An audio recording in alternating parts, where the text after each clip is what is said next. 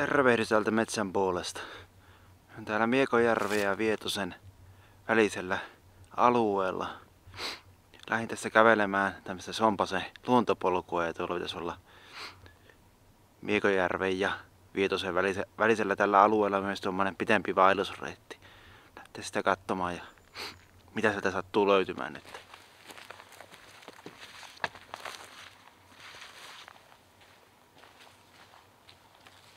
Ennen keinot olivat todellakin erilaiset. Tässä on karhunloukku. Nykyään loukuttaa ei enää saa, eikä saa syöttiäkään käyttää. Sinne on pistetty syötti sisälle ja sitten on otettu karhu tulee ja tuossa on ollut tuo puu narussa kiinni ja se on tipahtanut karhun päälle. Ja sitten on oltu lähistöllä väijyksissä keihäitten kanssa ja käyty pistämässä karhulihoiksi. Tällaisen metsästystavan kyllä ymmärtää, varsinkin aikana ennen kuin tuliaseita oli keksitty. Piti saada mahdollisimman hyvä mahdollisuus karhua vastaan, ettei itse loukkaantuisi.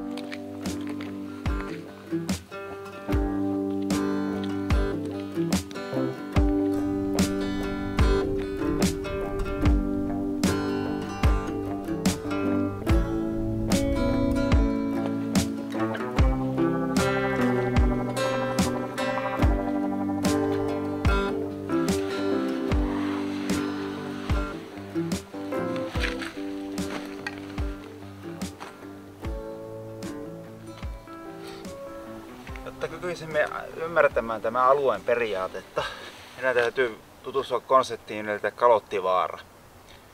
Kuten tämä vaara tässä, tämä on Kalottivaara. Eli täällä on tätä pohjakalliota näkyvässä paljon ympäri vaaraa.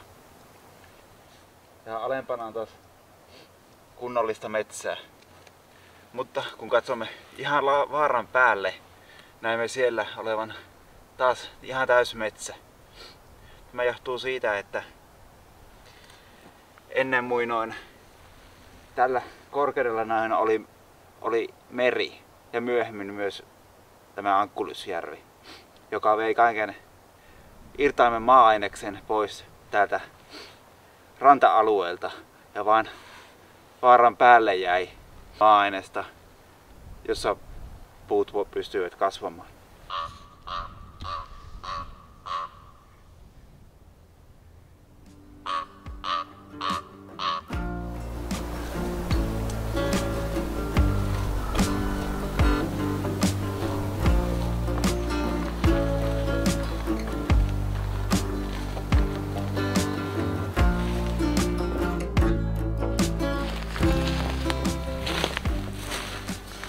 Täältä löytyy näitä kivikoita vaikka minkä näköisiä. Tämä tässä on vanhaa merenrantakivikkoa. Täällä on myös noita rakkakivikoita. Ja rakkakivikon ja merenrantakivikon voi erottaa siitä, että tällä merenrantakivikolla nämä kivet on melko pyöreitä. Toisin kuin rakkakivikolla, missä ne on hyvin särmikkäitä. Ne on vesi ja jää aikoja aikoissa luoneet rakkakivikon kivet, joten ne on särkynyt särmikkäiksi.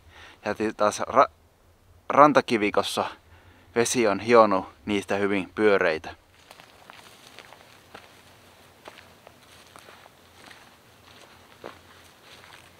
Ja näin käännyttiin luontopolulta tänne vaellusreitin puolelle. Muuttuu punaiset täpät valkoisiksi täpöiksi. Saa nähdä kuinka paljon tämä vaellusreitin puoli on kävelty sitten. Näyttää ainakin polku tässä alussa niin vähän pienemmältä kuin tuossa luontopolun puolella. Toivottavasti pysytään reitillä.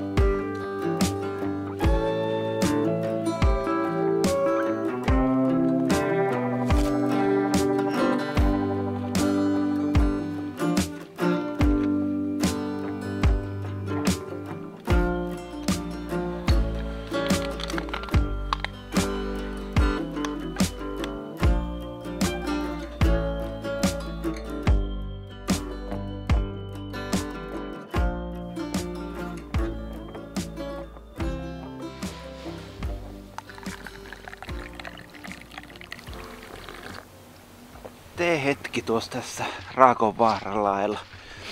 On kyllä hienot näköalat tuonne Miekojärvelle alaspäin. Sinne mulla olisi matka nyt seuraavaksi.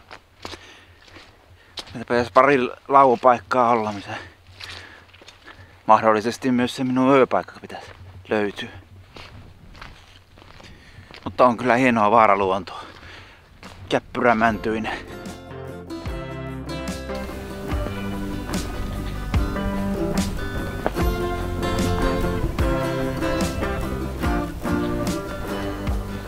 Ai ja meikö meni jo luulemaan, että se oli se laki. Tai eihän se ollut.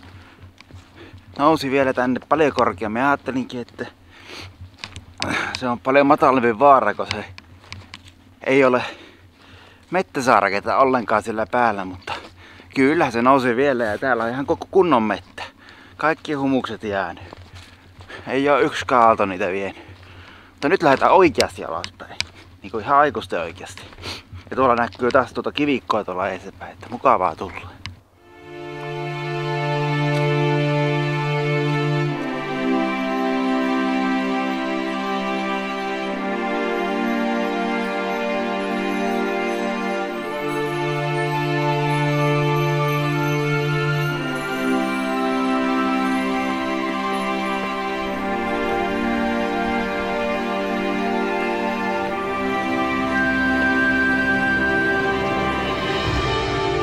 Kainissa joskus jotakin lukenut. Vähän niin kuin tuossa taulussakin.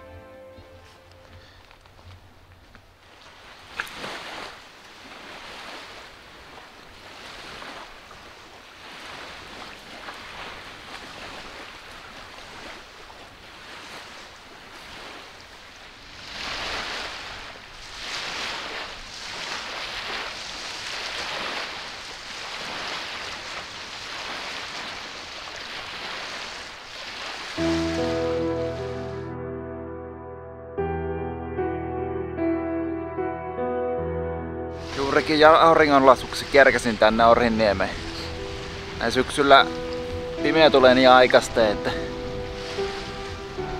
siinä tulee tuossa illalla vielä paljon aikaa leiriytyä.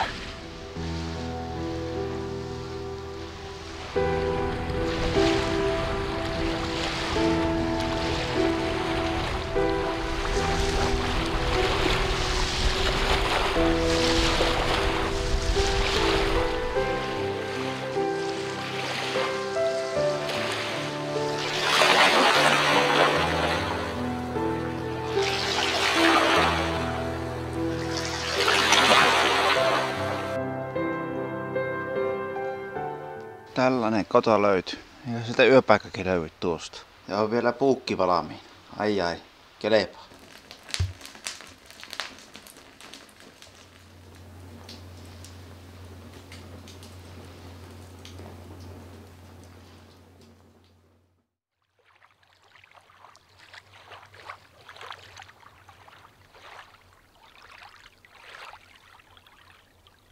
Huomenta. Se olisi taas yksi kotayö taustalla. Illasta hyvinkin mukavaa ja lämmintä. Yön kuluessa tietenkin vilpoisuus taas hiipi tupaan. Tässä Orhinselänniemessä on hieno hiekkasärkkä, jonka jääkausi on muinoin kasannut tähän. Myös tässä muutenkin on näitä hienoja hiekkarantoja. varmaan hieno kesällä tulla vaikka uimaan tänne. Tässä on paljon myös veneilyreittejä ja näkyy olevan tuon salmen toisella puolella tuolla saaressa niin lisää näitä vaellusreittejä, mutta sinne pääsee ainoastaan veneen avulla. Näkyy olevan laiturikin tossa. Tiedä sitten olisiko siinä kesällä jopa vene, jolla kulkea tuonne saaren vaellusreittien puolelle. Ihan tästä Orhinniemen vieressä. Nyt kohti uutta päivää ja jatkamaan matkaa.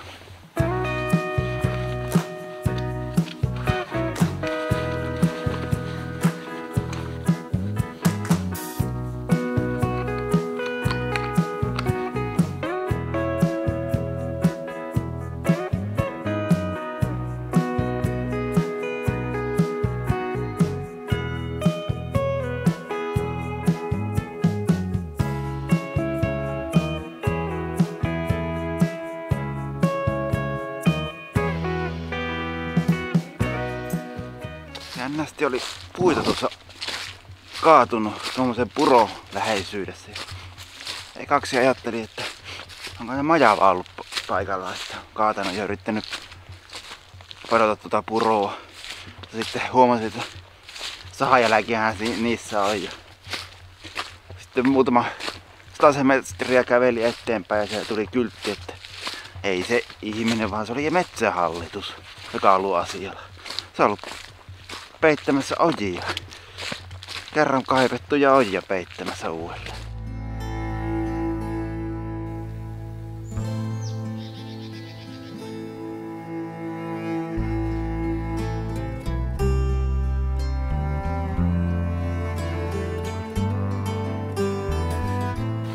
Onpa siinä nätisti kerroksittain tullut kiviä. Onko siellä välissä ollut jotakin heikompaa maa-ainesta, joka on kulunut pois?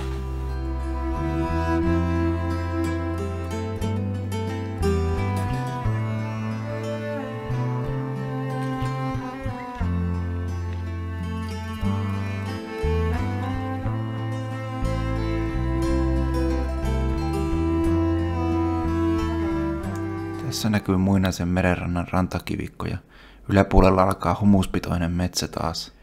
Ylimmät rantakivikot ovat alueella noin 210 metrin korkeudessa ja alimmillaan alkavat noin 160 metristä. Yleensä rantakivikkoja ei huomaa kauempaa katsottaessa vaaroja, koska pienikin määrä puustoa kadottaa kivikot kauempaa katsottaessa. Tällä Lehtilahden päällä Kalottivaaran ihan päällymetsikössä. Nämä näyttää olevan aika vanhoja puita täällä. Nämä kaikki petäjät. Hyvin paksuja ja isoja. On siinä iso koivukin. Saattaa, että näitä ei ole koskaan täältä päässyt hakkaamaan, kun nuo kalliokot on niin hankalia nousta ylös.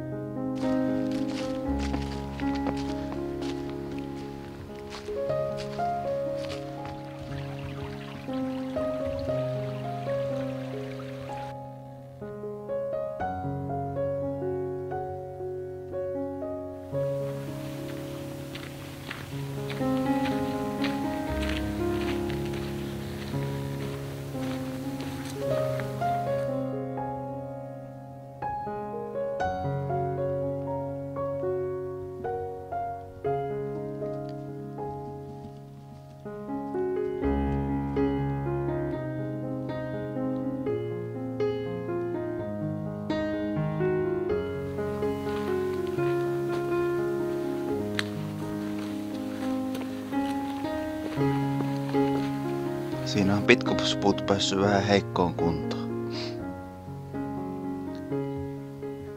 On se vähän heikossa hapessa ollut tää muutenkin tää reittensä.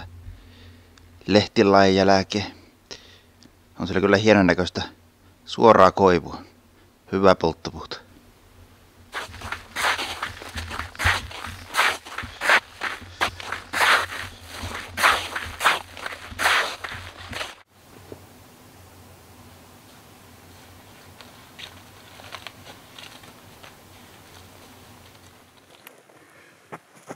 Siinä olisi Sompasen kierron kota. Vähän sama-oloinen kota kuin, tai oikeastaan ei yhtään sama-oloinen kota kuin siellä Orhinselänniemessä. Tämä oli paljon pienempi, mutta tässä oli tuommoinen muurattu alussa tuohon tulipesälle. Jota minä vähän ajattelin tuolle Orhinselänniemessä eikä nuku, että semmoinen olisi ollut mukava, olisi varannut vähän sitä lämpöä yöksikö. Ei menisi niin kylmäksi. Ja muutenkin tämä näytti vähän paremmin eristetyltä kodalta.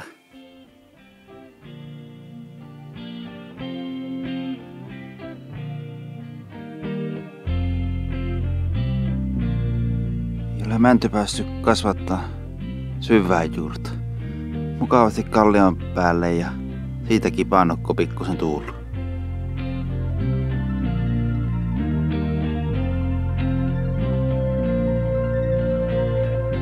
Siinä on ilmeisesti joskus ollut palovartiotorni ja kuulemma majakin siinä vieressä.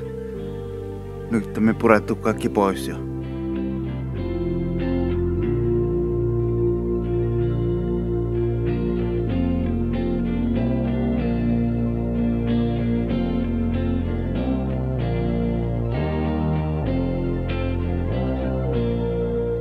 Tulipa käytyä tutustumassa näihin kalottivaaroihin. Oikeastaan kuuluisin kalottivaara on varmaan Aavasaksa, joka ei tähän reitille kyllä tule. Mutta sinne on kyllä helppo päästä autolla vaikka päälle. Muuten hienoja paikkoja nuo olivat. Tänään tosin tuo reitti, niin kun tulee tuolta Orhinselänniemeltä päin ja tuon Lehtilaen yli, niin sen jälkeen niin oikeastaan paljon ole nähtävää siinä pitkällä matkalla ja hyvin vähän sitä on kuljettukin. Lähinnä talousmetsää ja sitten siinä on Syväojan kuru. Se on vähän siistimpi kohta, mutta muuten niin ei sillä paljon ole. Mutta jos haluaa kilometrejä, niin kannattaa kulkea. Aika heikossa kunnossa reitti oli, mutta mikäs siinä? Heps. Se on moro.